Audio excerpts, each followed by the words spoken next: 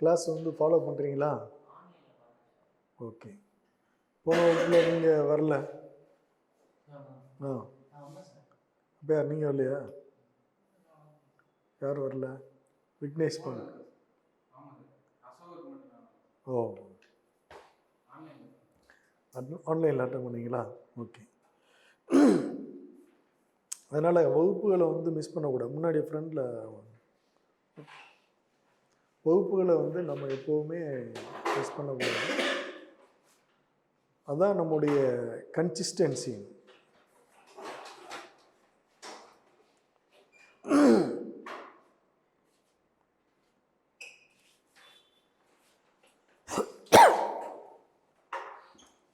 அதனால் உங்கள் டெஸ்ட்டு மார்க்கெல்லாம் எல்லோரும் டெஸ்ட்டு எழுதுனீங்க தானே? உங்கள் டெஸ்ட் மார்க்கெல்லாம் வந்து பார்த்தேன், பரவாயில்ல, வந்து இப்போவே நல்லா ஸ்கோர் பண்ண ஆரம்பிச்சிருக்கிறீங்க. 30, 28 அந்த மாதிரிலாம் இருக்குது. இப்போ 30 அப்படிங்கிறது 16 வச்சுக்கோங்க. ஏன்னா இப்போ 35க்கு நம்ம வைக்கிறோம். 35க்கு வந்து நம்ம 30 மார்க் அப்படிங்கிறது 70க்கு 60+ அப்படின்னு வந்து நம்ம போகிறோம். அதனால் அது வந்து நல்ல ஸ்கோர். நல்லா 30+க்கு நீங்கள் வந்துக்கிட்டே இருந்தீங்க, 31, 30, 29 அந்த மாதிரி இருந்தீங்கன்னா, தொடர்ச்சியாக கன்சிஸ்டண்ட்டாக இதுக்குள்ளே அப்படியே இந்த ரேஷியோவில் முன்னாடி பின்னாடி இருந்தோம். சர்க்குணமே நல்ல மார்க். எவ்வளோ மார்க்கு? பரவாயில்ல. அதனால் இதை வந்து நம்ம கரெக்டாக அப்படியே மேனேஜ் பண்ணிக்கிட்டே வந்தோம்னா வின் பண்ணிடுறோம் இல்லையா? அதுதான் ரொம்ப ரொம்ப முக்கியமான விஷயம். ஓகே. இப்போ வந்து நம்ம டெஸ்ட் நம்பர் 7 வந்து நம்ம பார்க்குறோம். அது எப்படி நம்ம எடுத்துக்கிறோம் அப்படின்னு சொல்லிட்டு, which one of the following pairs is incorrectly matched? அதாவது வந்து என்னென்னா, எது வந்து தவறாக இணைக்கப்பட்டிருக்கு அப்படின்னு ஒரு கொஸ்டின் கேட்குறேன். ஏன்னா எப்போதுமே இது கேட்க வேண்டிய ஒரு முக்கியமான ஒரு கேள்வி. இது வந்து எளிமையாக. அப்போ வந்து பார்த்தோம்னா, இப்போ அஸ்கினி செனாஃப் கரெக்டு, சுதுத்ரி சட்லஸ் கரெக்டு, பருஷ்னி ராவி கரெக்டு. இந்த பருஷ்னி ராவி தான் ரெலவெண்ட் கேட்குற கொஸ்டின் வச்சு. பருஷ்னி ராவி. விபாஸ் பியாஸ், அதை நான் சொல்லும்போதே சொல்லியிருக்கிறேன். விபாஸ் பியாஸ் அப்படின்னு சொல்லியிருக்கிறேன். இதுதான் இன்கரெக்ட் அப்படின்னு சொல்கிறேன். ஸோ இந்த salient feature of the Rigvedic religion, ரிக்வேதத்தில் வந்து அவங்களுடைய சமயத்தில் இருக்கிற ஒரு சிறப்பு என்ன, எதெல்லாம் அவங்க வந்து வழிபட்டாங்க அப்படிங்கிறது மாதிரி இதில் ஒரு வினாவனம் வந்து கேட்டுக்கிறோம். ஆக்சுவலாக வந்து கொஸ்டினுக்கு நம்ம டியூன் ஆக வேண்டியது தான் வெற்றியே. நீங்கள் வந்து ஆயிரக்கணக்கான மெட்டீரியல்ஸை வச்சு நம்ம படிச்சுட்டே இருக்கலாம். ஆனால் வினா கேட்குற பொழுது அவங்க வந்து ட்விஸ்ட் பண்ணி கேட்பாங்க. அதனால் நிறைய வினாக்களை வந்து நம்ம பார்க்க படிக்க ப்ராக்டிஸ் பண்ண நம்மளுடைய வெற்றி வந்து கன்ஃபார்ம். இப்போ வந்து பார்த்திங்கன்னா, இந்த ஆஸ்பெக்டில் நம்ம வந்து மெட்டீரியல் நம்ம வந்து படிக்க மாட்டோம். ஆனால் கொஸ்டின் அப்படி இருக்கும். இப்போ கொஸ்டினை பார்த்த உடனே நம்ம வந்து அனலைஸ் பண்ணணும். இப்போ வந்து பார்த்திங்கன்னா, ஒர்ஷிப் ஆஃப் மதர் காடஸ் அப்படின்னு இருக்கு. இது வந்து சிந்து சமவெளி. ஒர்ஷிப் ஆஃப் பசுபதி சிந்து சமவெளி. ஒர்ஷிப் ஆஃப் திருமூர்த்தி இல்லை. நேச்சர் இயற்கை வழிபாடு கரெக்டு. ஏன்?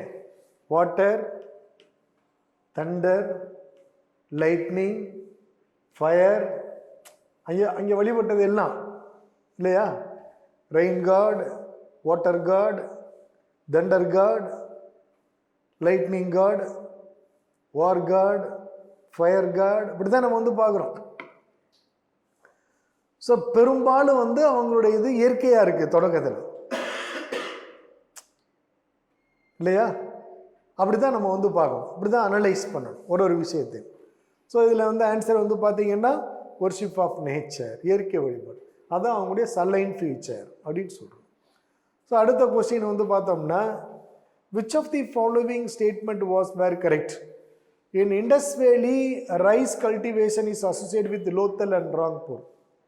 போன கிளாஸோட அதை நம்ம வந்து பேசுவோம் இல்லையா?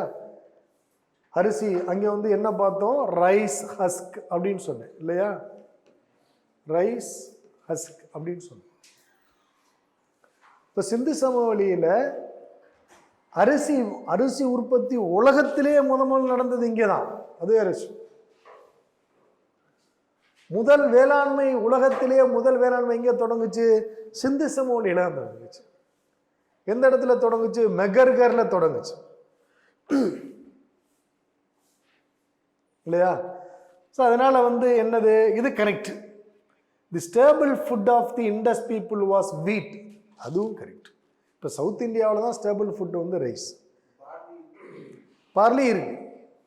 இங்கே வீட் மட்டும் தான் கொடுக்குறோம், அதனால வீட்டு.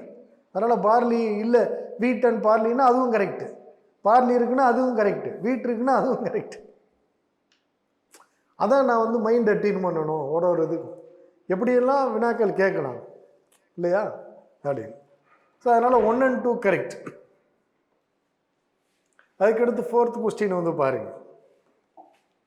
Which one of the following was initially the most powerful city state of India? ஏற்கனவே நம்ம இதை கேட்டிருக்கிறோம்.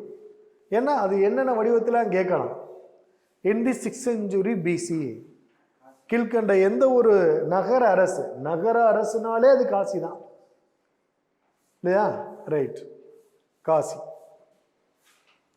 The concept of eightfold bath forms the theme of eightfold bath அப்படிங்கிறது எந்த, அதனுடைய தீம் எங்கே இருக்கு, தம்ம சக்கர பரிவர்த்தனம். இப்போ இந்த மிலிந்த பங்கா இதெல்லாம் நம்ம போகல, இது ஒரு முக்கியமான கொஸ்டின். இது ஒரு புக்கு, ஜாதகா ஸ்டோரிஸ் பற்றி நான், இது வந்து தி கிரானிக்கல் ஆஃப் ஸ்ரீலங்கா, தீபவம்சா அப்படிங்கிறது கிரானிக்கல் ஆஃப் ஸ்ரீலங்கான்னு சொல்லிடுவோம்.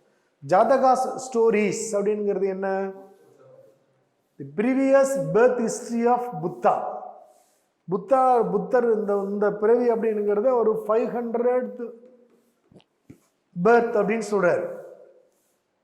அந்த 500 பிறவிகளையும் பற்றி இதில் பேசியிருக்கிறாங்க. அது மாதிரி இன்னொரு பாயிண்ட் நீங்கள் பக்கத்தில் நோட் பண்ணி வச்சுக்கணும், எதுவாக இருந்தாலும். நான் சொல்லையில் வந்து பார்த்தீங்கன்னா நோட் பண்ணிக்கணும். இந்த ஜாதக கதைகள் தான் அஜந்தா எல்லோரா குகைகளில் ஓவியங்களாக தீட்டப்பட்டிருக்கு. ஜாதக கதைகள்லாம் அதுக்கு அஜந்தா எல்லோரா குகைகளில் புத்த சமயத்தை பற்றி மட்டும்தான் இருக்குது அப்படின்னா தப்பு. அதில் வந்து சைவம் இருக்குது, வைணவம் இருக்குது, ஜைனிசம் இருக்குது, எல்லா சமயத்தை பற்றியும் அதில் இருக்குது. பட் மெஜாரிட்டியாக புத்த சமயத்தை பற்றி அதில் வந்து ஓவியங்கள் தீட்டப்பட்டிருக்கு. அந்த ஓவியங்கள் பார்த்தீங்கன்னா ஜாதக கதைகளில் சொல்லப்பட்டதான் பெரும்பாலும் அங்கே இருக்கு. ரைட்டா? அடுத்து பாருங்க, ரிலிக்ஸ் ஆஃப் புத்தா ஆர் பிரிசர்வ்டு இன் ஏ என்னது, ஸ்தூபா இல்லையா. புத்தருடைய சொச்ச மிச்சங்கள் எங்கே இருக்கு, ஸ்தூபாவில். அதான் நான் வந்து சொல்லியிருக்கிறேன் ஏற்கனவே. ஸ்தூபா அப்படிங்கிறது வந்து பார்த்தீங்கன்னா ஒரு மோல்டு ஸ்ட்ரக்சர். இது வந்துட்டு பார்த்தீங்கன்னா இதுக்கு மேலே இங்கே வந்து ஒரு இது வச்சிருக்கிறாங்க. இங்கே இது வந்து மோல்டு ஸ்ட்ரக்சர். இப்போ புத்தருடைய ரிலீக்ஸ், சொச்ச மிச்சங்கள், அவருடைய எலும்போ, அவர் பயன்படுத்திய பொருளோ, அவருடைய ஹேர், இந்த மாதிரி நிறைய விஷயங்களை வந்து இங்கே வச்சிருக்கிறாங்க. அதனால ஸ்தூபா அப்படிங்கிறதே அது வந்து பரிநிர்வாணம், அவருடைய மரணத்தை வந்து குறிப்பிடுது. டெத் ஆஃப் புத்தா, அவருடைய பரிநிர்வாணம் இல்லையா. அதனுடைய இதுதான், அதனுடைய ஸ்ட்ரக்சர் தான் இந்த ஸ்தூபா அப்படிங்கிறது. அதனால அவருடைய சொச்ச மிச்சங்களை இங்கே வச்சிருக்கிறாங்க ஸ்தூபான். ஸோ 80,000 ஸ்தூபாக்களை யார் உருவாக்குனா, அசோகர். 80,000 ஸ்தூபிகளை யார் வந்து உடைச்சான், புஷ்யமித்திர சுந்தர். போன வகுப்புல நம்ம வந்து பேசணும். ஸோ அதுக்கடுத்து இப்போ இது கொஸ்டின் பார்த்தீங்கன்னா, Rigveda is divided into 10 mandalas. அது ஒரு உங்களுக்கு வந்து ஒரு statement. Which among the following mandalas are the oldest? அதிலே ரொம்ப பழமையானது எது அப்படின்னு கேட்குறேன். ஏற்கனவே போன வகுப்புல சொன்னேன், 2வது 2nd to 7 அப்படின்னு சொன்னேன். 1, 8, 9, 10 வந்து என்னது, லேட்டர் எடிஷன் அப்படின்னு சொல்லிட்டு பேசணும் இல்லையா. இதெல்லாம் பின்னாடி இணைக்கப்பட்டது, இடைச்செருகள். அப்போ ஒரிஜினலாக ஓல்டஸ்ட் மண்டலாஸ் ஆஃப் ரிக்வேதா பார்த்தீங்கன்னா 2 to 7, second to 7th அப்படின்னு பார்க்கணும். Who of the following was a contemporary of Alexander the Great? அலெக்சாண்டருடைய சமகாலத்தில் யாரெல்லாம் இருந்தா அப்படின்னு கேட்குறோம். இப்போ நீங்கள் வந்து பார்த்த உடனே இப்போ அசோகன் வந்து முதல்ல நீங்கள் வந்து விளக்கிடலாம். ஏன்னா அசோகன் வந்து ரொம்ப 100 வருஷத்துக்கு பின்னாடி இருக்கிறான், அதனால இவன் அவுட்டு. அசோகனுடைய அப்பா தான் பிந்துசாரா, அவனும் அவுட்டு. பிம்பிசாரா யாரு? இவன் தான் முதல்ல அரசாங்கத்தை உருவாக்குனார், அதனால இவனும் வெளியில போயிடும். ஸோ சந்திரகுப்த மௌரியன் தான் கான்டெம்பரரி. ஏன்னா தனநந்தன் இருக்கும் பொழுது தான் அலெக்சாண்டர் வர்றாரு. தனநந்தர்கிட்ட தான் இவன் சோல்ஜரா இருக்கிறான், தன்னந்தர் இவன் தான் கொள்றான். ஸோ இவன் தான் சமகாலத்தன். ஸோ அதனால இவனுடைய பையன் பேரன், அதனால 2 பேரும் வரமாட்டான். இவன் வந்து அதுக்கு முன்னாடி ஒரு 300 வருஷத்துக்கு முன்னாடி இருக்கிறவன் இவன். ஹரண்யகா டைனாஸ்டி, பிம்பிசாரா. ஸோ ஒன்னொன்னே நீங்கள் வந்து இப்படி இது இருக்கா, இது இல்லை, இது இல்லை, இதான் ரைட்டா காடி கொண்டு வரும். Which among the following is the source of information about early Vedic period? இதை நான் வந்து உங்களுக்கு ஏற்கனவே சொல்லியிருக்கிறேன். ஏர்லி வேதிக் பீரியடில் நிறைய விஷயங்கள் நம்மள்கிட்ட கொடுப்பாங்க, ஆனால் எதுவுமே சோர்ஸ் கிடையாது. ஒன்லி ஒன் சோர்ஸ் தான் அதுக்கு இருக்கு, அது வந்து ரிக்வேதம். ஸோ 2 ஒன்லி, ரைட்டா. இப்போ நீங்கள் இதில் பாருங்க, ஜாதகா ஸ்டோரிஸ் யாரை பற்றி? புத்தரை பற்றி. புத்தருக்கும் வேத காலத்துக்கும் தொடர்பே இல்லை, அது முடிஞ்சதுக்கு அப்புறம் தான் அவர் வர்றார், அதனால அது கிடையாது. ஸோ போஸ்ட் வேதிக் லிட்ரேச்சர் அந்த இதுலேயே இருக்கு, போஸ்ட் வேதிக்னு வந்துருச்சு, அதனால இல்லை. ஸோ எக்ஸ்காவேஷன்ஸ் அது வந்து அகழ்வாய்வு செய்து சிந்து சமூகத்தில் தான் அகழ்வாய்வு நடந்துச்சு. வேத காலத்திற்கு பெருசாக அகழ்வாய்வு நடக்கலை, பின்னாடி நடத்தினாங்க. ஆனால் ரிக்வேதத்துக்கு இருக்கிற ஒரே எவிடன்ஸ் என்னது? இப்போ ரிக்வேத காலத்துக்கு ரிக்வேதம் மட்டும்தான். ஸோ அதனால 2 ஒன்லி அப்படின்னு சொல்கிறோம். Which one of the following animals was not represented on the seals and terracotta art of the Harappan culture? So எடுத்த உடனே நீங்கள் வந்து பார்த்தீங்கன்னா ஹார்ஸை மூலம் தூக்கிடலாம், வேற ஒன்றுமே நீங்கள் இப்போ அதை யோசிக்காதீங்க. ஹார்ஸ் தெரியாது, அதனால 5 வந்து இல்லை. 5 இல்லைங்கிறதுனால நமக்கு வந்து இப்போ நமக்கு வந்து எல்லா ஆப்ஷனுமே இருக்கு. அப்போ நம்ம அதுக்கடுத்து என்ன போகிறோம்? புலி இருந்துச்சு, சீலில் பார்க்குறோம். ரினோசரஸ் இருந்துச்சு, சீலில் பார்க்குறோம். எலிஃபென்ட் இருந்துச்சு, சீலில் பார்க்குறோம். ஸோ கவ், பசு வந்து அங்கே காணப்படலை, ஆனால் புல் இருக்கு, காளை இருக்கு. அதனால 1 and 5, ரைட்டா? ஓகே. ஸோ ஒரு ட்ரிக்கியா நான் என்னன்னா, ஹார்ஸ் மட்டும்தான் நம்மளுக்கு கொஸ்டினாக கேட்பாங்க, அடிஷ்னலாக எப்படி கேட்கலாம் அந்த இதுக்கு போகிறோம். நம்ம எடுத்தோடனே நம்ம ஹார்ஸை ஏன் உங்களுக்கு எடுத்தோடனே ஹார்ஸை நான் அடிங்கன்னு சொல்கிறேன், கொஸ்டின் மட்டும் அப்படி தான் வரும். அதுக்கு அடுத்த ஸ்டேஜுக்கு கொஸ்டின் எடுத்துகிட்டு போகணும்னு பார்த்தாங்கன்னா இவரை கொண்டாந்து சேர்த்துருவாங்க, அவ்வளோதான், முடிஞ்சு போச்சு. ரைட்டா? ஓகே. Next 8th test. இது வந்து நம்ம 2-3 முறை நம்ம வந்து பேசிட்டோம். போன வகுப்பில் நான் சொல்லியிருக்கிறேன், மகாபாஷ்யம் பற்றி போன வகுப்பில் நம்ம வந்து பேசியிருக்கிறோம். தி அஸ்தியாத்தியாயி, உங்களுக்கு பாருங்க கொஸ்டினுக்குள்ளே எவ்வளோ கண்டென்ட் நான் வச்சிருக்கிறேன்னு சொல்லிட்டு. அஸ்தியாத்தியாயம் யார் எழுதுனா? பாணினி. ஒரு பாயிண்ட் உங்களுக்கு கிடைக்குது. The Ashtadhyayi of Panini, the Mahabhashya of Patanjali. 2 ஸ்டேட்மெண்ட்லேயும் 2 விஷயம் கொடுத்துருக்கிறேன். மகாபாஷ்யம் யார் எழுதுனா? பதஞ்சலி, இல்லையா? 2 விஷயம் கொடுத்துருக்கிறேன். அஸ்தியாத்தியாயம் எழுதினவர் பாணினி, மகாபாஷ்யம் எழுதினவர் பதஞ்சலி. And Kashika Vritti of Jayaditya. அப்போ உங்களுக்கு வந்து பொதுவாக இது 2 என்னன்னு தெரிஞ்சிடும், 3வது ஒன்று தெரிய வேண்டிய அவசியமே இல்லை. பாணினி அஸ்தியாத்தியாயம்னாலே அதுவே போதும் நமக்கு, ரைட்டா? இதெல்லாம் என்ன? இது கிராமர். என்ன? சான்ஸ்கிரிட்னுடைய முதல் கிராமேட்டிக் ஒர்க் எது? அஸ்தியாத்தியாயம். அதுக்கான எக்ஸ்பிளனேஷன் எது? மகாபாஷ்யம். அதனுடைய ஃபர்தர் மோர் டெவலப்மெண்ட் தான் இந்த. ஸோ மகாபாஷ்யம் யார் எழுதுனா? பதஞ்சலி. அத்தியாத்தியாயம் யார் எழுதுனா? பாணினி. ரெண்டுமே கிராமர் ஒர்க். இப்போ நான் உங்களுக்கு சொல்லும்போதே சொன்னேன், தொல்காப்பியத்தை எழுதியவர் தொல்காப்பியர், அது இலக்கணம். தொல்காப்பியத்திற்கு விளக்கம் எழுதினவர் இளம்பூரணர். அது மாதிரி சமஸ்கிருத இலக்கணத்தை எழுதினவர் பாணினி, அந்த இலக்கணத்துக்கு விளக்கம் எழுதினவர் பதஞ்சலி. இந்த பதஞ்சலி யாருடைய கான்டெம்பரரி? போன கிளாஸ்ல பேசணும், புஷ்யமித்ர சுங்கன், அவனுடைய கான்டெம்பரரின்னு பேசணும். அதுக்கு அடுத்து பாருங்க, which of the following does not form the Vedas or the Srutis? எது வேதத்தோட தொடர்புடையது கிடையாது அப்படின்னு நம்ம சொல்றோம். எது அதனுடைய ஒரு ஃபார்மா இல்லை அப்படின்னு. எல்லாமே பார்த்தீங்கன்னா வேதத்தோடு தொடர்புடையதுதான். சம்கிதான்ங்கிறது என்ன? அதான் ஒரிஜினல் வேதா. பிராமணாஸுங்கிறதுனா அதுக்குள்ள விளக்கம். ஆரண்யாட்ஸ் என்ன? காடுகளில் தோன்றிய புத்தகம். உபனிஷத்து என்ன? தத்துவம். இது எல்லாமே பார்த்தீங்கன்னா ஸ்ருதியோட தொடர்புடையது. ஏன்னா அதுக்கு பேஸ் சம்கிதானம். அதுல உள்ளதைத்தான் அதுல சொல்லிட்டு வர்றாங்க, புதுசா ஒன்றும் கொண்டு வரல இல்லையா? அதனால ஆல் ஆஃப் தீஸ் அப்படின்கிறோம். அதுக்கடுத்து which one of the following was, அப்போ இதுல மேன்மேட் அப்படின்னு சொன்னா அதை ஸ்மிருதி அப்படின்னு சொன்னோம். மேன்மேடை என்ன சொன்னோம்? ஸ்மிருதி. இந்த எம் வந்துட்டாலே மனிதனால் உருவாக்கப்பட்டது. அப்ப அது என்ன?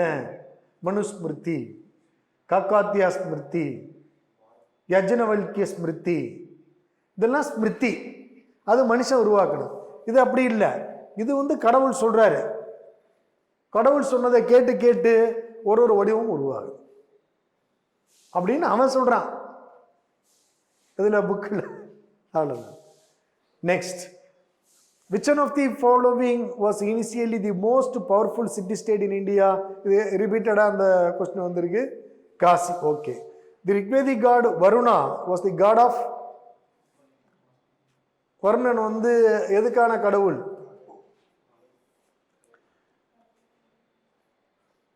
தி கார்டியன் ஆஃப் காஸ்மிக் ஆர்டர் அப்படிங்கிறோம். ஏன்னா அமைதி அப்படிங்கிறது இங்கே ஒன்றும் கிடையாது. டிஸ்ட்ராயர் ஆஃப் ஃபோயிஸ் அது கிடையாது. காட் ஆஃப் ப்ராஸ்பெரிட்டி அது கிடையாது. காஸ்மிக் ஆர்டர், புனிதம். வள்ளுவர் சொல்றார், நீரின்றி அமையாது உலகு, யார் யாருக்கும் வானின்றி அமையாது ஒழுக்கு அப்படிங்கிறார். இப்போ வர்ணன் யாரு?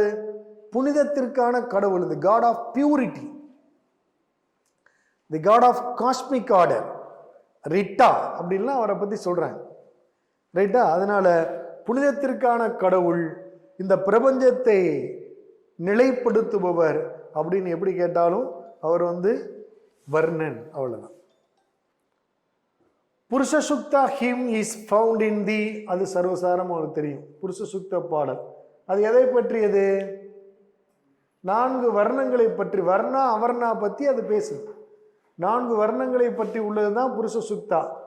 அது எந்த வேதத்தில் காணப்படுது? ரிக்வேதம். ரிக்வேதத்தில் எத்தனாவது மண்டலத்தில் காணப்படுது? 10வது மண்டலத்தில் காணப்படுது. அவ்வளவுதான் அதுக்கானது.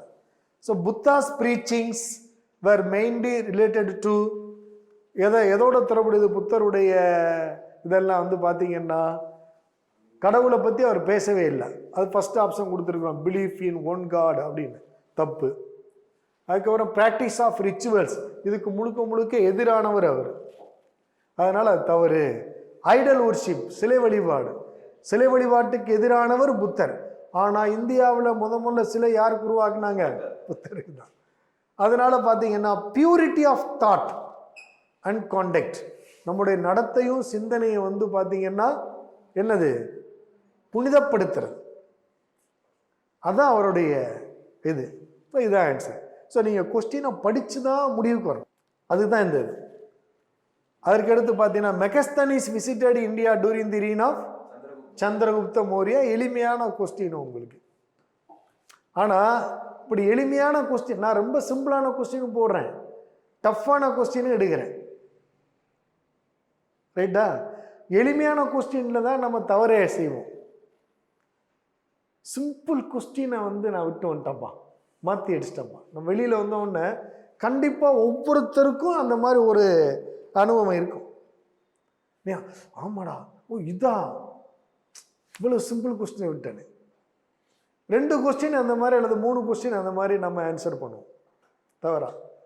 அதில் தான் நம்ம வெற்றியே பறிவோம். என்ன Ramkumar? The effects of Kalinga war and king Ashoka are found.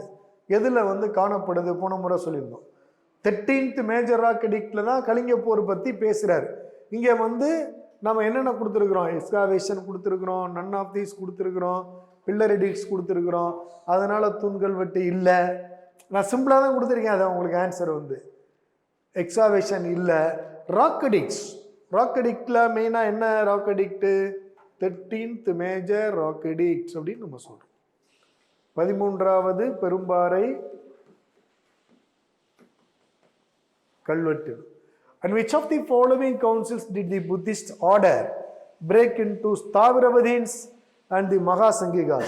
எந்த புத்த சமய மாநாட்டில் குட், எந்த புத்த சமய மாநாட்டில் ஸ்தாவிரவதின் மகாசங்கிகாஸ்னு புத்த சமயம் வந்து உடஞ்சிச்சு அப்படின்னு கேட்குறோம். Second Buddhist council. நீங்கள் இதெல்லாம் டஃப்பாக தான் இருக்கிற மாதிரி இருக்கு பாருங்க.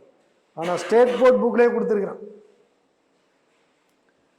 ஸ்தாவிரவதின்ஸ் மகாசங்கிகாஸ் பற்றி ஸ்டேட் போர்ட் புக்லேயே கொடுத்துருக்குறான்.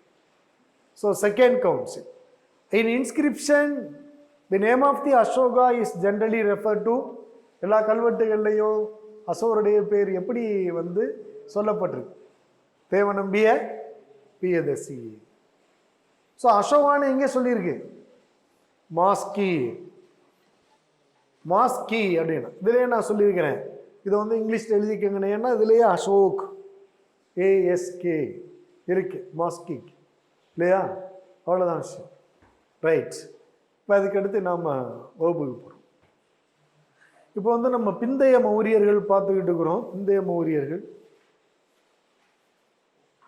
அதில் சுங்கர்கள் வந்து பார்த்தோம். Pushyamitra Shunga was the founder of Shunga dynasty post Mauryan அப்படின்னு பார்த்தோம். இது வந்து first Brahmin dynasty in India அப்படின்னு பார்த்தோம். அதுக்கப்புறம் இந்த புஷ்யமித்திர சுங்கன் வந்து கான்டெம்பரரி ஆஃப் பதஞ்சலின்னு பார்க்குறோம். பதஞ்சலி வந்து தான் ஈ பெர்ஃபார்ம்டு தி அஸ்வமேதா. புஷ்யமித்திர சுங்கா வந்து அஸ்வமேத யாகா நடத்தினார், 2 அஸ்வமேத யாகம். அதை நடத்தின அவர் ஹோஸ்டே வந்து பார்த்தீங்கன்னா ஹோத்ரி ஹோஸ்டே பார்த்தீங்கன்னா பதஞ்சலி தான் நடத்துவார். இது எப்படி நமக்கு தெரியுது? பதஞ்சலி வந்து 2 புத்தகம் எழுதினார். ஒன்று மகாபாஷ்யம், இன்னொன்று வந்து யோக சூத்திரம். இந்த மகாபாஷ்யத்தில் புஷ்யமித்திர சுங்கன் அஸ்வமேத யாகம் நடத்தினதையும் அவர் தான் அதை தலைமையாக இருந்து நடத்தினதையும் அவர் மென்ஷன் பண்ணார். யார்? பதஞ்சலி மென்ஷன் பண்ணார். பதஞ்சலி வந்து மென்ஷன் பண்ணிட்டார். So Patanjali contemporary of Pushyamitra Shunga அப்படின்னு ஒரு பக்கம் முடிவெடுக்கிறோம். பதஞ்சலி புஷ்யமித்திர சுங்கனுடைய புஷ்யமித்திர சுங்கன் வந்து பிராமின். அசோகர் வந்து 80,000 ஸ்தூபிகளை வந்து உருவாக்குறார். அந்த 80,000 ஸ்தூபிகளை உடைச்சு போட்டவன் யாரு? புஷ்யமித்திர சுங்கன். அது மட்டும் இல்லை, புத்த சமய துறவியினுடைய தலையை கொண்டாந்து கொடுத்தீங்கன்னா 100 தினார் தர்றேன், 1000 தினார் தர்றேன்னு அறிவிக்கிறாங்க. இன்னும் யாராவது புத்த சமயத்தை சேர்ந்தவங்களை தலையை காட்டுவானா எவனாச்சு? நம்மளாலே உருட்டி கழட்டி கொண்டு கொடுத்துட்டு வந்துடுவான் இல்லையா? அந்த அளவுக்கு அவன் வந்து புத்த சமயத்தை வந்து எதிர்த்தான், அழிச்சான் புஷ்யமித்திர சுங்கன். அவனுடைய பையன் வர்றான். அதுக்கடுத்து அக்னிமித்திரன். அக்னிமித்திரனை பற்றி ஒரு புத்தகம் பின்னாடி வந்த காளிதாசன் எழுதுகிறாரு. அதான் மாளவிகா அக்னிமித்திரம். ஏற்கனவே பழைய கிளாஸில் உங்களுக்கு வந்து நான் சொன்னேன். மாளவிகா அக்னிமித்திரம் அது வந்து பார்த்தீங்கன்னா காளிதாசர் எழுதுனது. இது வந்து இந்த love episode between the Agnimitra, the ruler Agnimitra and his court dancer Malavika அப்படின்னு போன வகுப்பில் நாம் வந்து சொல்லியிருக்கிறோம். ஸோ அயோத்தியா இன்ஸ்கிரிப்ஷன் ஒரு இன்ஸ்கிரிப்ஷன் இருக்குது. அதுவும் புஷ்யமித்திர சுங்கனுடைய தான். அதில் வந்து இந்த அஸ்வமேதா யாகம் நடத்தினதை பற்றி அதுலேயும் அவன் மென்ஷன் பண்ணியிருக்கிறான். அதற்கடுத்து இதில் நம்மளுக்கு பெருசாக ஒன்றும் கேட்குறதுக்கு வாய்ப்பு இல்லை. இவனை பற்றி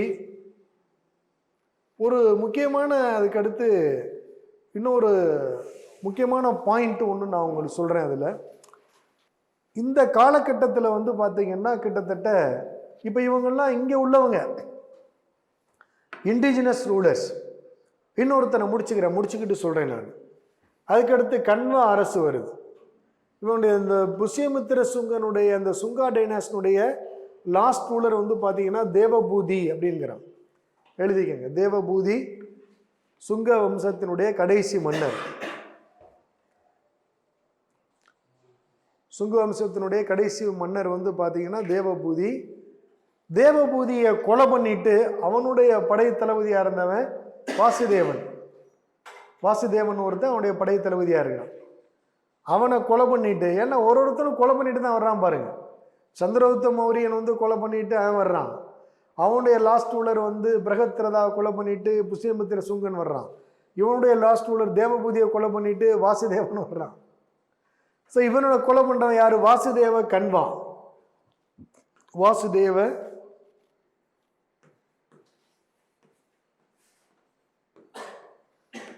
கண்வர். இவர் என்ன செய்யறாரு? லாஸ்ட் ரூலரை கொலை பண்ணிட்டு கண்வா அரசை உருவாக்குறாரு. கண்வ வம்ச அரசு.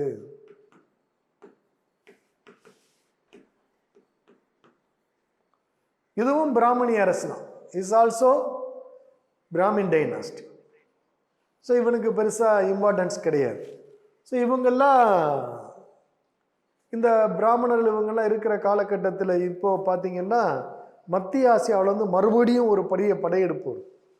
சென்ட்ரல் ஏசியாவிலேருந்து மீண்டும் ஒரு பெரிய படையெடுப்பு வரும். அந்த படையெடுப்பில் யாரெல்லாம் வர்றா அப்படின்னு பார்த்தோம்னா இந்தோ கிரேக்கர்கள்.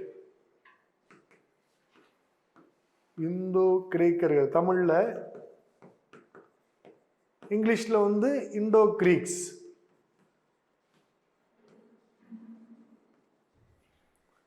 இந்தோ கிரேக்கர்கள், பார்த்தியன்ஸ், பார்த்தியர்கள்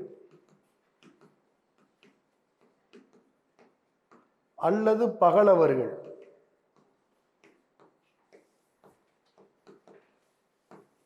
பார்த்தியர்கள் அல்லது பகலவர்கள், இது ஒரு குரூப். இந்தோ கிரேக்க குரூப்பு, பார்த்தியர் அல்லது பகலவர்கள் அப்படிங்கிற ஒரு குரூப். அதுக்கடுத்து சாகர்கள், தமிழ் இங்கிலீஷ்ல வந்து சாகாஸ், இவங்க ஒரு குரூப். அதற்கடுத்து குஷான்ஸ், குஷானர்கள்.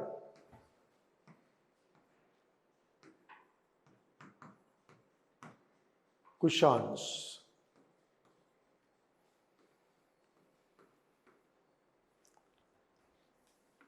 இந்த மாதிரி சென்ட்ரல் ஏசியாவிலிருந்து வந்த 4 குரூப் இருக்கிறாங்க. இதெல்லாம் நார்த் இந்தியாவோட. சவுத் இந்தியாவில் ஒரு குரூப் இருப்பாங்க. அவங்க வந்து சாதவாகனர்கள். சாதவாகனர்கள், சதவாகனாஸ் அப்படின்னு சொல்லுவோம் சவுத் இந்தியாவில். அவங்க ஆந்திராவில் மையமாக வச்சு அவங்க ஆட்சி புரிவாங்க. சாதவாகனர்கள், சதவாகனாஸ் பின்னாடி வருது இங்கிலீஷ்லையும். இதுல இந்த இந்தோ கிரேக்கர்கள் இருக்காம, இவங்களை பத்தி நமக்கு ஒரு வினா இருக்கு. அதுல ஒரு 7 பாயிண்ட், முக்கியமான பாயிண்ட், அதை நான் உங்களுக்கு சொல்றேன். இந்த இந்தோ கிரேக்கர்கள்ல நமக்கு தேவையானதை மட்டும் நம்ம எடுத்துருவோம், எல்லாமே நமக்கு தேவையில்லை. ஒரு 7 பாயிண்ட் சொல்றேன். இந்தோ கிரேக்கர்ல முக்கியமானது என்னன்னா, இந்தியாவில் காந்தார கலை வளர்வதற்கு அவங்க தான் துணை நின்றாங்க. They are the responsible rulers to the evaluation of Gandhara School of Art. Gandhara Kalai.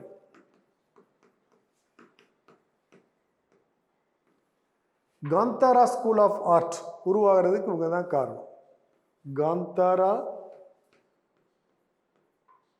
Art. இந்த காந்தார கலை அப்படிங்கிற நம்ம என்ன சொல்றோம்னா, இண்டோ ஹெலனிஸ்டிக் ஆர்ட் அப்படின்னு சொல்றோம். இந்திய கிரேக்க கலைகளின் இணைவு, the matching of Indo Greek art. அது இங்கிலீஷ்ல வந்து பார்த்தீங்கன்னா இண்டோ ஹெலனிஸ்டிக் ஆர்ட் அப்படின்னு சொல்றோம்.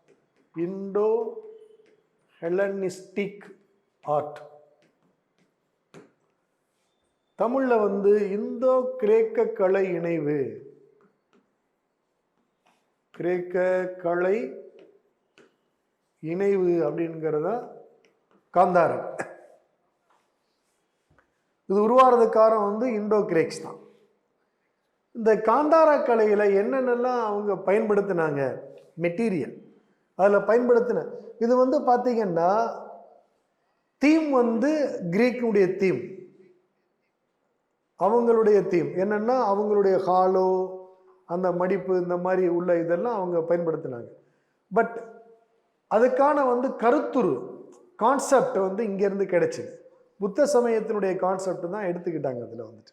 ஸோ என்ன மெட்டீரியல்லாம் எந்த மெட்டீரியல் காந்தார கலையில் பயன்படுத்தினாங்க அப்படின்னு பார்த்தீங்கன்னா கிளே, களிமண், லைம்ஸ்டோன், சுண்ணாம்பு, சாக், மாக்கள், இதெல்லாம் அவங்க பயன்படுத்தினாங்க.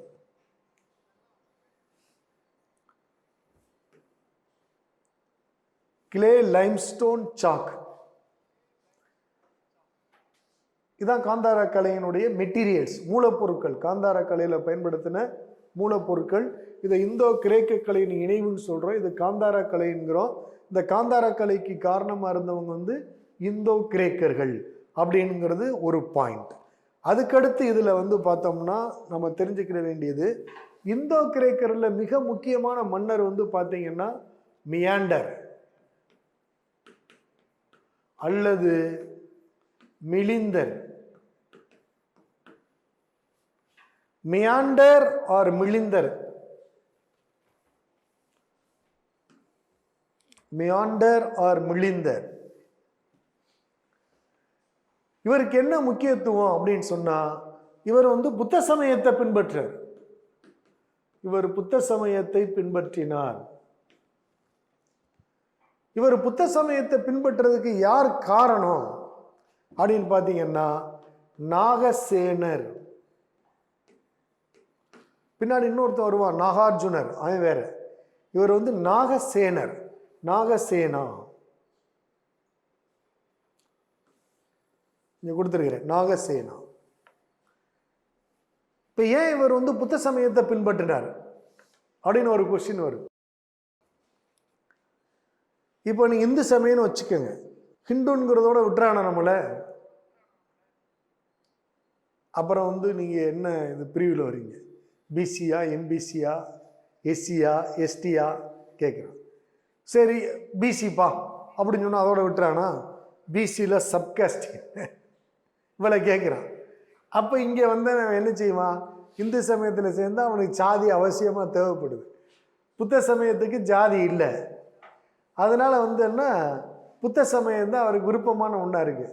சரி சேர்றப்பா, நான் சில கேள்வியெல்லாம் கேட்குறேன், அதுக்கு நீ பதில் சொல்லு. யார்கிட்ட? நாகசேனர். நான் கேள்வியை, எனக்கு சில ஐயங்கள் இருக்குது, டவுட் இருக்குது, கேள்வி கேட்க பதில் சொல்லு. ஸோ மிலிந்தர் வந்து கேள்வி கேட்குறாரு நிறைய, நாகசேனர் வந்து பதில் சொல்றாரு.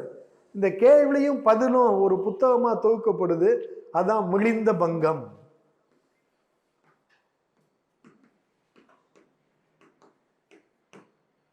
மிலிந்த பங்கோ. இந்த மிலிந்த பங்கோ அப்படிங்கிறது என்ன? The questions of Milinda and the answers of Nagasena. It was compiled as a book. It's also known as Milinda Bango. It's written in Pali language.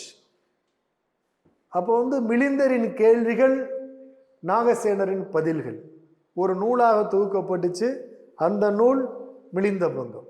அது பாலி மொழியில் எழுதப்பட்டது. இது ரொம்ப முக்கியம்.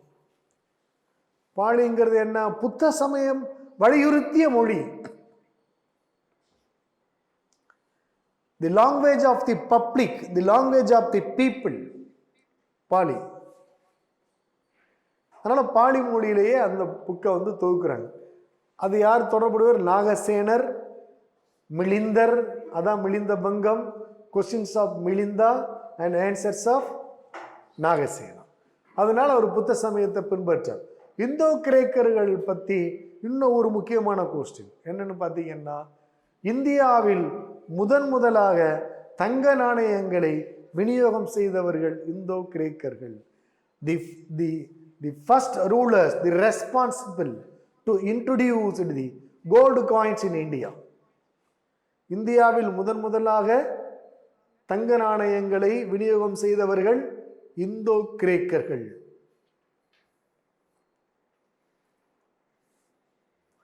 The Indo-Greeks was responsible persons to introduce the first time the gold coins in India. ஏன்னா இதுவரை இந்தியாவில் என்ன நாணயங்களை பயன்படுத்தி இருக்கிறோம்? சில்வர், காப்பர் ரெண்டையும் யூஸ் பண்ணியிருக்கிறோம்.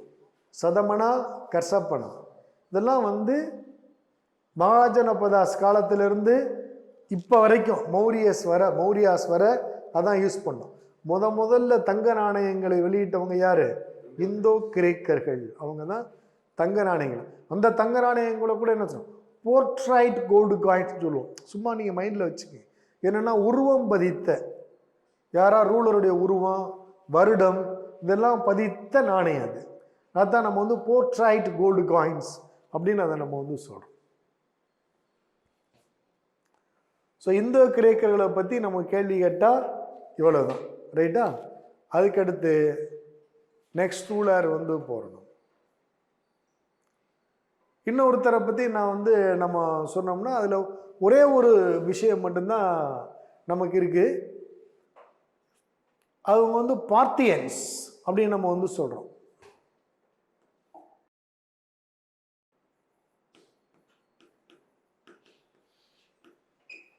பார்த்தியர்கள்னு ரெண்டாவது ஒன்று சொன்னேன் இல்லையா?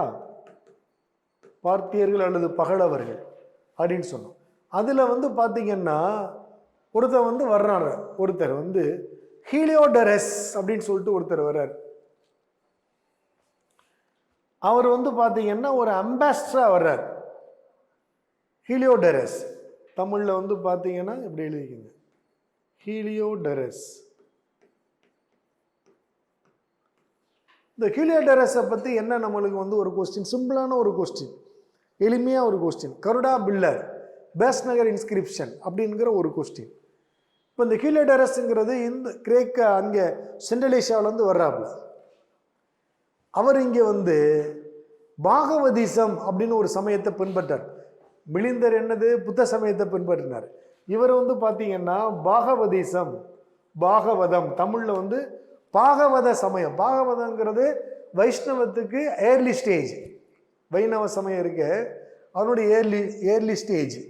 அது பாகவதம் யாரை வணங்குறாங்க? கிருஷ்ணர், வாசுதேவர். அப்போ இந்த பாகவத சமயத்தை பின்பற்றான் அந்த ஆள் ஹீலியோடரஸ். அந்த பாகவத சமயத்தை பின்பற்றதுனால பேஸ் நகர்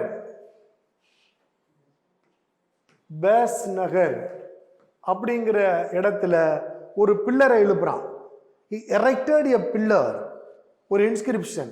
அதை பேஸ் நகர் பில்லர் இன்ஸ்கிரிப்ஷன், பேஸ் நகர் தூண் கல்வெட்டு அப்படின்னு நம்ம சொல்றோம். அதுக்கு இன்னொரு பேர் பார்த்தீங்கன்னா கருடா பில்லர்.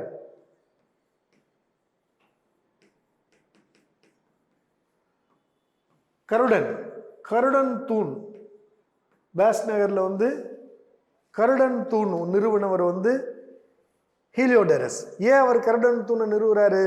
பாகவதம் அப்படிங்கிற சமயத்தை பின்பற்றார். பாகவதம் அப்படிங்கிறது யாரை வணங்குறது?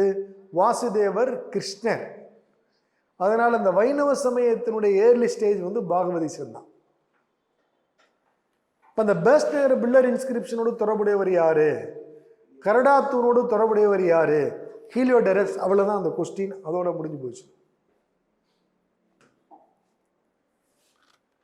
அதற்கடுத்து முக்கியமானவங்க பார்த்தீங்கன்னா சாகாஸ், சாகர். இதில் தேவையான பாயிண்ட் மட்டும்தான் நான் உங்களுக்கு கொடுக்குறேன், எல்லாமே தேவையில்லை. நான் கிளாஸில் நோட்ஸில் கொடுக்குறது மட்டும் நீங்கள் படிச்சீங்கன்னா போதும். அதுக்கப்புறம் கொஸ்டினை ரிவிஷன் பண்ணீங்கன்னா போதும். சாகர்கள், சாகாஸ் அப்படின்னு நம்ம சொல்கிறோம். சாகர்கள், இந்த சாகர்களை பற்றி ரெண்டு விஷயங்கள் தான் நம்ம முக்கியமானது. ஒன்று என்னன்னா, இந்த சாகர் மன்னர்களில் மிகவும் முக்கியமானவன் யாருன்னா ருத்ரதாமன். முதலாம் ருத்ரதாமன், ருத்ரதாமன் 1.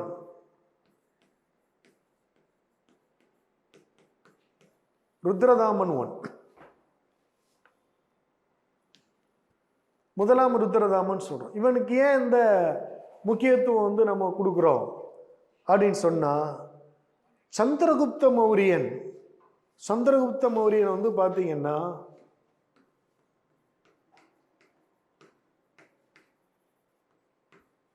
குஜராத்தில் ஜுனாகர் அப்படிங்கிற ஒரு இடத்துல ஒரு பெரிய ஏரியை வெட்டுவார். அதுக்கு பேர் வந்து சுதர்சனா ஏரி. குஜராத்தில் ஜுனாகர்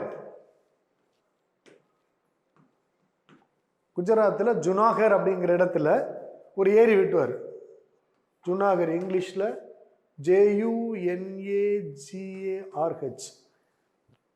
ஜுனாகர் அப்படிங்கிற இடத்துல ஒரு ஏரி கன்ஸ்ட்ரக்ட் பண்றார். அதுக்கு பேர் வந்து சுதர்சனா ஏரி. இந்த சுதர்சனா ஏரியை வந்து இதுக்கு பிறகு அசோகர் வந்து ரிப்பேர் பண்ணுவார். அசோகா ரிப்பேர்டு சுதர்சனா லேக்.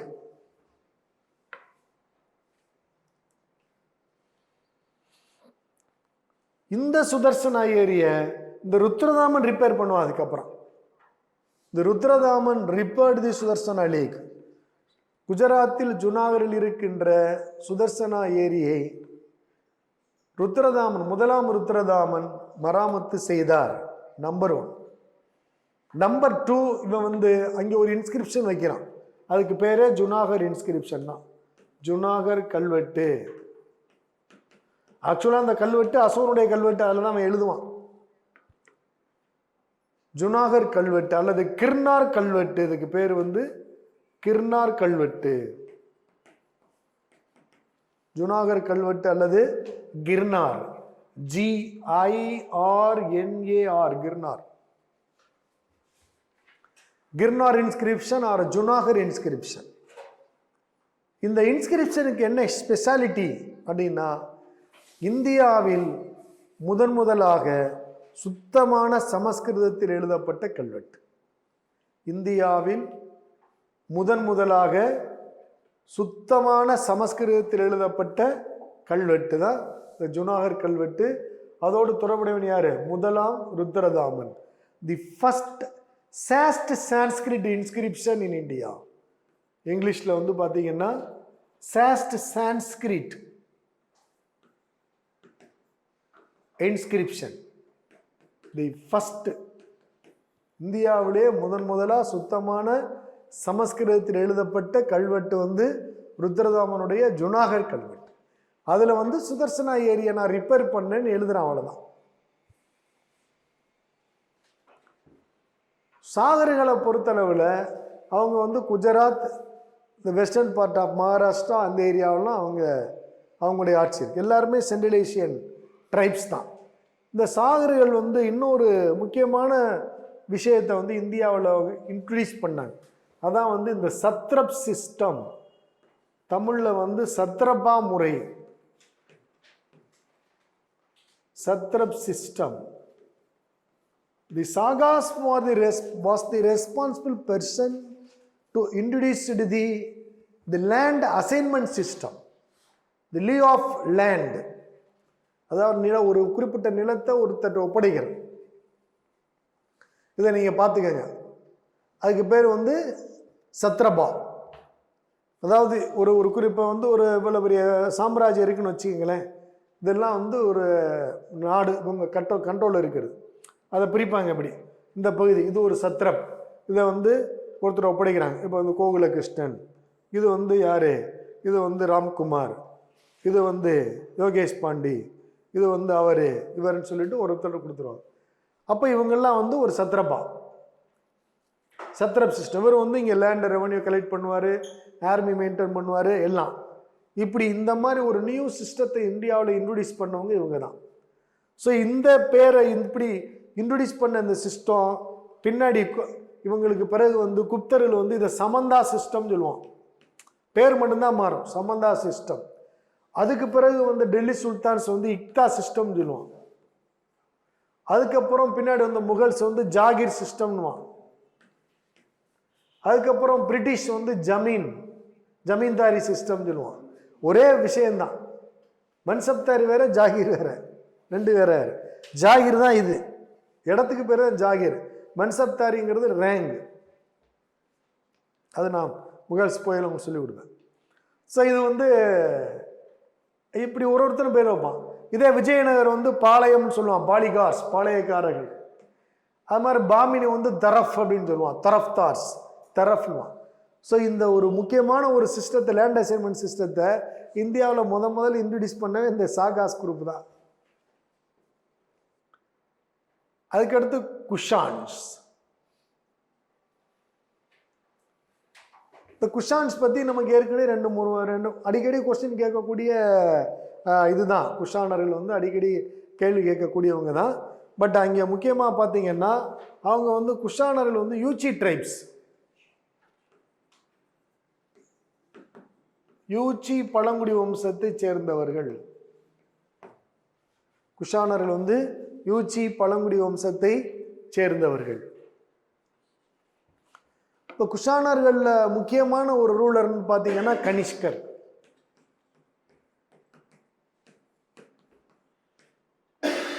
கனிஷ்கர் தான் ஒரு முக்கியமான அரசர். இவர் தான் 4வது புத்த சமய மாநாட்டை நடத்தினார். கனிஷ்கர் புத்த சமயத்தை பின்பற்றினார். முக்கியமாக மகாயானா புத்த சமயத்தை, மகாயானா பிரிவை இவர் பின்பற்றினார். யார்? கனிஷ்கர். கனிஷ்கருக்கு இன்னொரு விஷயம் ஏற்கனவே அவரை பற்றி நம்ம பேசிட்டோம். அவர் தான் சாகா எரா. சாகா எரா இதுதான் இந்தியன் கவர்மெண்ட் ஃபாலோ பண்ணுற வருடம், சாகா ஆண்டு. அதை தோற்றுவித்தவர் இவர் தான். 1957 இருந்து நம்ம சாகா எராவை பின்பற்றோம். இந்தியன் கவர்மெண்ட் சாகா ஆண்டை தொடங்கினார். சாகா ஆண்டை எப்போ தொடங்கினார்? 78 AD. கனிஷ்கர். கனிஷ்கர் வந்து இந்த குஷான்ஸ் அப்படிங்கிறவங்க இன்னொரு முக்கியமான கான்ட்ரிபியூஷன் பண்ணாங்க. Mathura school of art, Mathura கலை வளர்றதுக்கு இவங்க தான் துணை நின்றவர்கள். காந்தாரா கலைன்னு சொன்னோம் இல்லையா, அது மாதிரி மதுரா கலை வளர துணை நின்றவர். மதுரா கலை, Mathura school of art.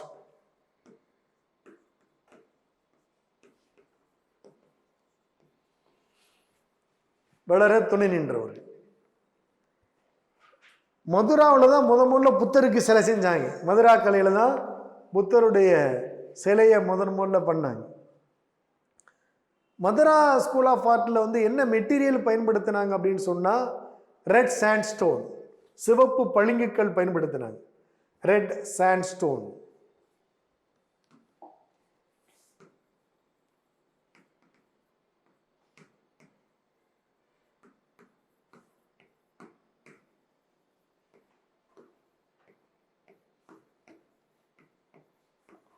Mathura school of art அது வளர்றதுக்கு பெரிதும் துணை நின்றவர்கள் குஷானர்கள்.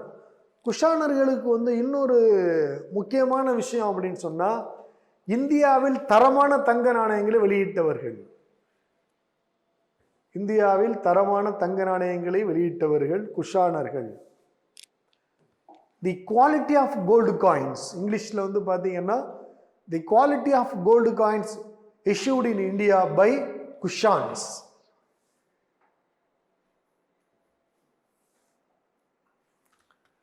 The quality of gold coins issued in India by Kushans. தரமான தங்க நாணயங்களை இந்தியாவில் வெளியிட்டவர்கள்.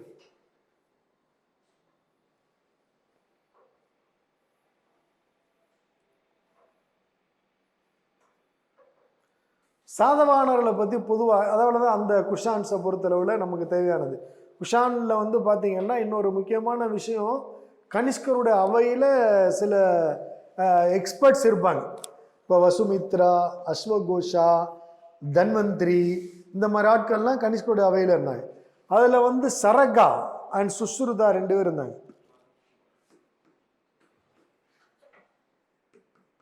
சரகா அண்ட் சுஷ்ருதா, சரகர் மற்றும் சுஷ்ருதர் 2 பேர் இருந்தாங்க. இந்த சரகா வந்து பார்த்தீங்கன்னா ஆயுர்வேத மருத்துவர். ஆயுர்வேத மருத்துவர் இவர் வந்து ஆயுர்வேத மருத்துவர். இவர் வந்து சரக சம்கிதா அப்படின்னு ஒன்று எழுதினார். சரக சம்கிதை.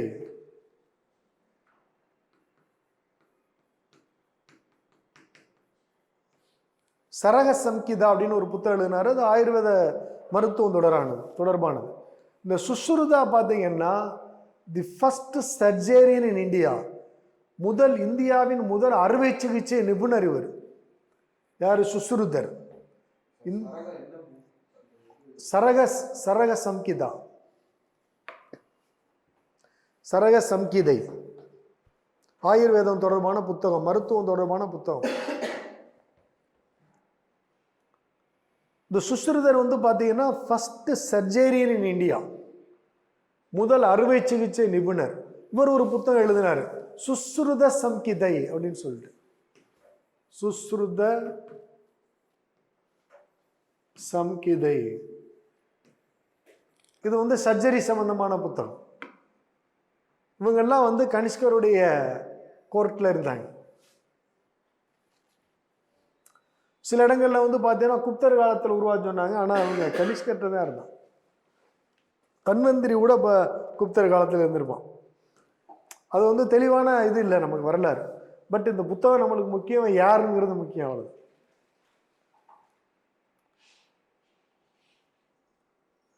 சாதவானர்களை பற்றி நம்மளுக்கு பெருசாக கொஸ்டின் கேட்கறது இல்லை. சாதவானுடைய ஃபவுண்டர் பார்த்தீங்கன்னா சிமுகா. சாதவான மரபை நிறுவியவர் சிமுகா. தமிழ்ல சிமுகர். சிமுகர் தான் சாதவாகன மரபை அரசை ஏற்படுத்தியவர். இதில் ஒரு 2 பேர் இருப்பானுங்க. ஆனால் அந்த அளவுக்கு நம்மளுக்கு கொஸ்டின் கேட்கறது இல்லை. இந்த சாதவான ரூலர்ல பார்த்தீங்கன்னா ஹாலான்னு ஒரு ரூலர் இருப்பான். ஹாலா இவன் ஒரு புத்தகம் எழுதுவான், கதா சப்தசாதி. கதா சப்தசாதி, சப்தசதி அப்படின்னு வச்சுக்கலாம். அது ஒரு ஆந்தாலஜி புக். பிராகிருத் லாங்குவேஜில் கதா சப்தசாதி. இந்த அளவுக்கு நம்மளுக்கு சப் இன்ஸ்பெக்டரில் பெருசாக கொஸ்டின் கேட்க மாட்டாங்க. அதில் பார்த்தீங்கன்னா ஒருத்தன் யஜ்னஸ்ரீ சதகரின்னு ஒருத்தருமா. யஜ்னஸ்ரீ சதகர்ணி. இவங்க பூரா சதகர்ணின்னு தான் வச்சிருப்பான். யஜ்னஸ்ரீ சதகர்ணி. இவன் பார்த்தீங்கன்னா பெரிய ஒரு கப்பற்படை வச்சிருப்பான். ஷிப் கப்பற்படை ஒன்று வச்சிருப்பான் யஜ்னஸ்ரீ சதகர்ணி. இந்த சாதவாகன அரசர்களில் எப்படி தெரிஞ்சுக்கிறோம்னா, அவனுடைய நாணயங்களில் கப்பல் வடிவம் பொறிக்கப்பட்ட நாணயங்கள் வெளியிட்டிருப்பான். Inscribed the symbol of ship coins. இதை இது பண்ணியிருப்பான். யஜ்னஸ்ரீ சதகர்ணி.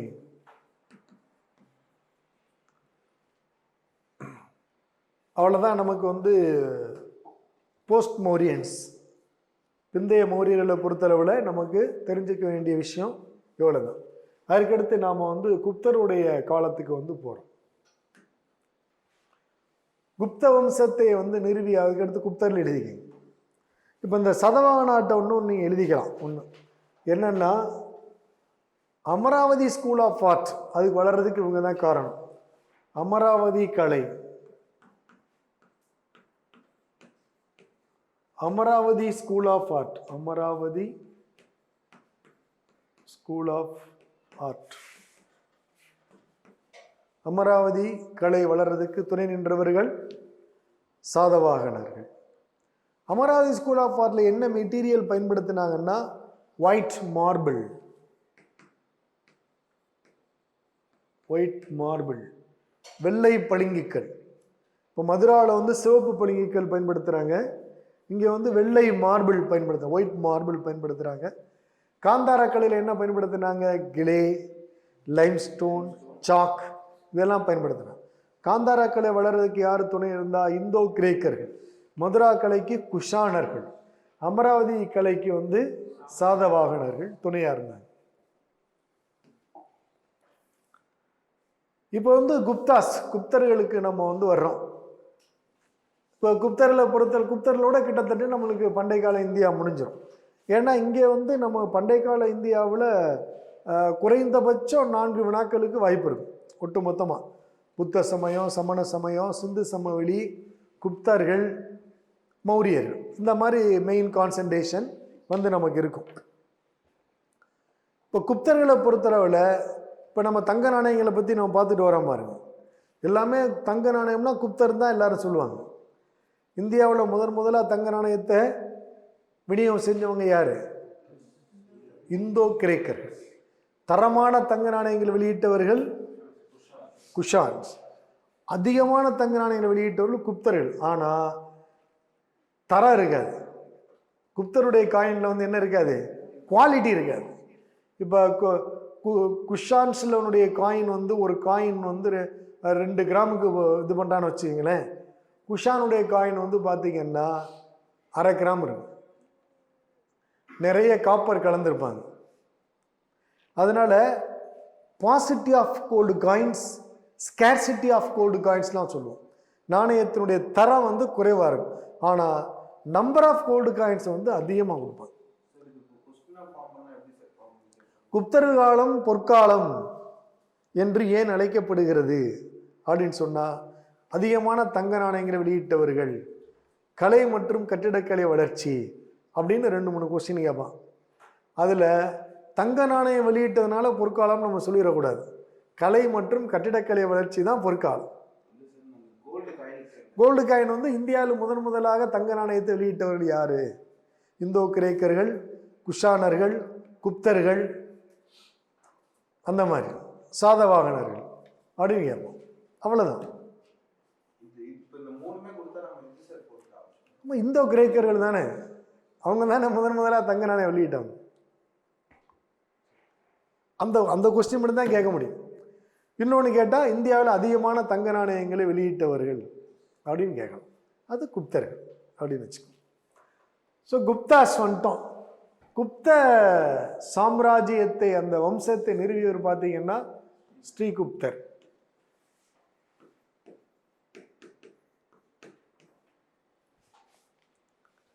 ஸ்ரீகுப்தர் தான் அந்த சாம்ராஜ்யத்தை வந்து நிறுவுறார் இல்லையா? ஆனால் ஸ்ரீகுப்தர் வந்து ஒரு முக்கியமான அரசர் கிடையாது. அவர் வந்து ஒரு பெட்டி ரோலர் தான்.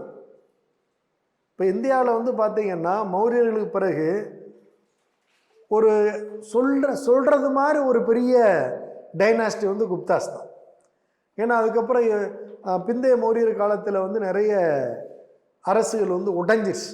சின்ன அரசுகளாக தான் அவங்க நடத்திக்கிட்டு இருந்தாங்க. சவுத்து தனியாக வந்துருச்சு, குஜராத் தனியாக போயிடுச்சு, அது மாதிரி தட்சசீலம் காந்தாரம் தனியாக போயிடுச்சு, இப்படி ஒன்றும் பிரிஞ்சிடுச்சு. ஸோ அதுக்கு பிறகு ஒரு பெரிய கன்சால்டேஷன் வந்து பார்த்தீங்கன்னா குப்தர் காலத்தில் நடக்குது. அது வந்து சமுத்திரகுப்தர் பண்ணுறாரு. வந்துட்டு குப்தர் காலத்தை நம்ம வந்து பொற்காலம் சொல்கிறோம். அதில் முக்கியமான ரூலர் அப்படிங்கிறவர் வந்து முதலாம் சந்திரகுப்தர். எழுதி வச்சுங்க. குப்த அரசர்களுள் முதலாக ஒரு முக்கியமான அரசராக விளங்கியவர் முதலாம் Chandraguptar. The first important ruler in Gupta dynasty was Chandragupta I. அவருடைய பீரியட் வந்து பார்த்தீங்கன்னா 320 AD to 335 AD. ஸோ இவர் தான் குப்தா எரா உருவாக்குறார். ஏற்கனவே நம்ம பார்த்துருக்கோம். சாகா எரா, விக்ரம எரா, குப்தா எரான்னு பார்த்தோம். குப்த ஆண்டை தோற்றுவித்தவர் முதலாம் சந்திரகுப்தர் 319 AD. சம்டைம்ஸ் 320 ADன்னு கொடுத்தா கூட கரெக்ட் தான். இப்போ இவருடைய மனைவி வந்து பார்த்தீங்கன்னா ஒரு லிச்சாவி இளவரசியை மணந்தார்.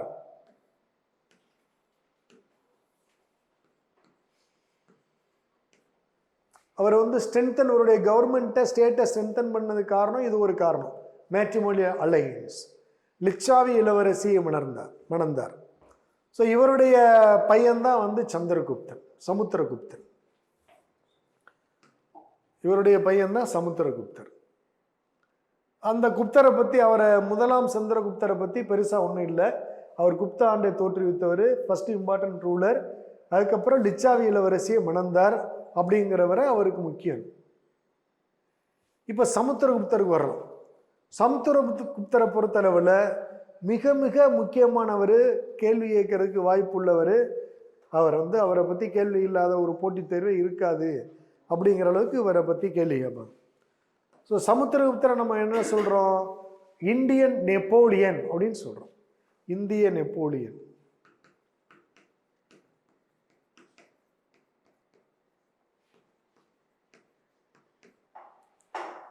ரொம்ப ஸ்ட்ராங் ரூலர், ஆக்டிவான ரூலர். அவர் எஃபிஷியன்ட் ரூலர் அப்படின்னு அவரை எப்படி வேணாலும் நம்ம சொல்லலாம்.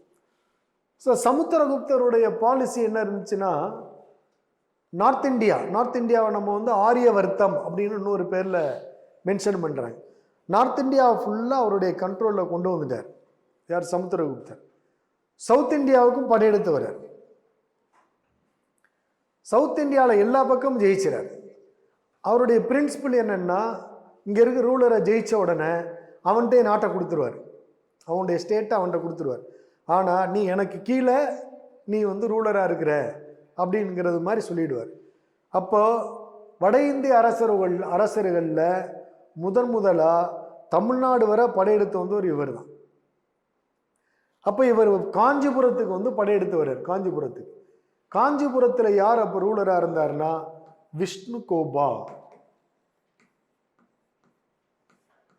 இவர் ஒரு பெட்டி பல்லவ ரூலர். பல்லவ அரசில் ஒரு சின்ன பகுதியை ஆட்சி புரிஞ்சுட்டு இருக்கிறார். அதுக்கப்புறம் தான் பல்லவர்கள் எமர்ஜ் ஆகிறாங்க.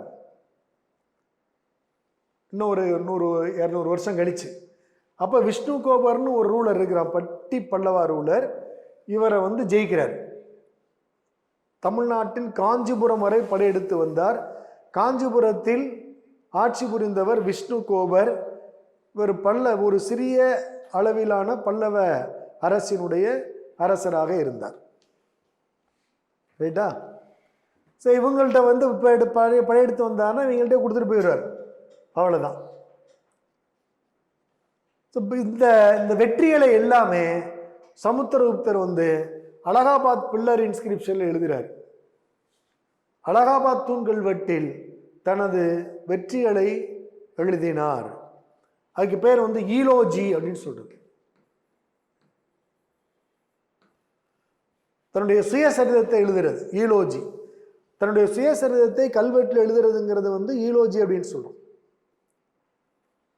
இப்ப தமிழ்நாட்டில் அந்த மாதிரி முதல்ல அந்த சுயசரிதை கல்வெட்டு எழுதினவர் ராஜராஜ சோழன், முதலாம் ராஜராஜ சோழன். காந்தலூர் சாலை கல்வெட்டு தான் ஒரு ஈலோஜி. அது காந்தலூர் சாலை களமளந்தருளிய ராஜராஜ சோழன் அப்படின்னு மாதிரி எழுதியிருப்பார். அதை ஸோ இந்த அலகாபாத் பில்லர் இன்ஸ்கிரிப்ஷனை பற்றி நமக்கு கொஸ்டின் வந்துக்கிட்டே இருக்கும். அலகாபாத் பில்லர் இன்ஸ்கிரிப்ஷனுக்கு இன்னொரு பேர் இருக்கு. அது பிரயாகை கல்வெட்டு. அலகாபாத் தூண் கல்வெட்டுன்னு சொல்லுவோம், பிரயாகை கல்வெட்டுன்னு சொல்லுவோம். பிரயாக் பிரசாஸ்தி இங்கிலீஷில் பார்த்தீங்கன்னா பிரயாக பிரசாஸ்தி அப்படின்னு சொல்கிறோம். பிரசாஸ்தினாலே இன்ஸ்கிரிப்ஷன் அர்த்தம். பிரசாஸ்தினாலே இன்ஸ்கிரிப்ஷன் அப்படின்னு அர்த்தம்.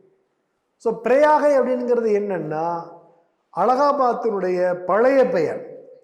அலகாபாத்தினுடைய பழைய பெயர் தான். The old name of Allahabad was Prayag, Prayagai அப்படின்னு எழுதி வச்சு. அலகாபாத்தினுடைய பழமையான பெயர், இப்போ அந்த பேரை மாற்றிட்டாங்க, பிரயாக்னே மாற்றிட்டாங்க. அது அலகாபாத்தினுடைய பழமையான பெயர் பிரயாக். அதனால் அலகாபாத் கல்வெட்டு என்ன சொல்கிறாங்க? பிரயாகை பிரசாஸ்தி அப்படிங்கிறாங்க. இந்த அலகாபாத் கல்வெட்டுக்கு இன்னொரு முக்கியமான விஷயம் என்னன்னு கேட்டிங்கன்னா, இந்த அலகாபாத் தூண் கல்வெட்டினை எழுதியவர் ஹரிசேனர். ஹரிசேனா. அலகாபாத் தூண் கல்வெட்டை எழுதியவர். The Allahabad pillar inscription was written by Harisena. Harisena was the court poet and chief minister of Samudragupta. சமுத்திரகுப்தருடைய அரசவை கவிஞர் அண்ட் முதலமைச்சர். இரண்டு இந்த மாதிரி இந்தியாவில் ஒரு அரசவை கவிஞராகவும் முதலமைச்சராகவும் இருந்து கல்வெட்டு எழுதினவங்க 2 பேர். ஒருத்தன் இந்த ஹரிசேனை, இன்னொருத்தன் வந்து ரவிகீர்த்தி.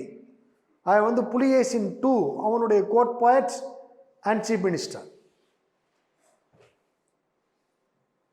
அது நம்ம அதுக்கடுத்து பார்ப்போம். நம்ம இந்த ஹரிசேனர் தான் அவருடைய இதை எழுதுறார், அலகாபாத் பில்லர் இன்ஸ்கிரிப்ஷனை வந்து எழுதுறார். அதுக்கடுத்து இதில் அவர் நம்ம சமுத்திரகுப்தரை பற்றி நம்மளுக்கு கேள்வி கேட்கறதுக்கு இன்னொன்றுன்னா, அவர் வந்து ஒரு நல்ல பொயட், கவிஞர். அதனால அவரை கவிராஜர் அப்படின்னு சொல்லிக்கிறார். கவி 2ஆம் நெப்போலியன் சொல்றது மாதிரி கவிராஜர் அப்படின்னு அவர் சொல்லிக்கிறார். அது மட்டும் இல்லை, சமுத்திரகுப்தரை பற்றி அவர் வந்து ஒரு வீணா பிளேயர், வீணை கலைஞர்.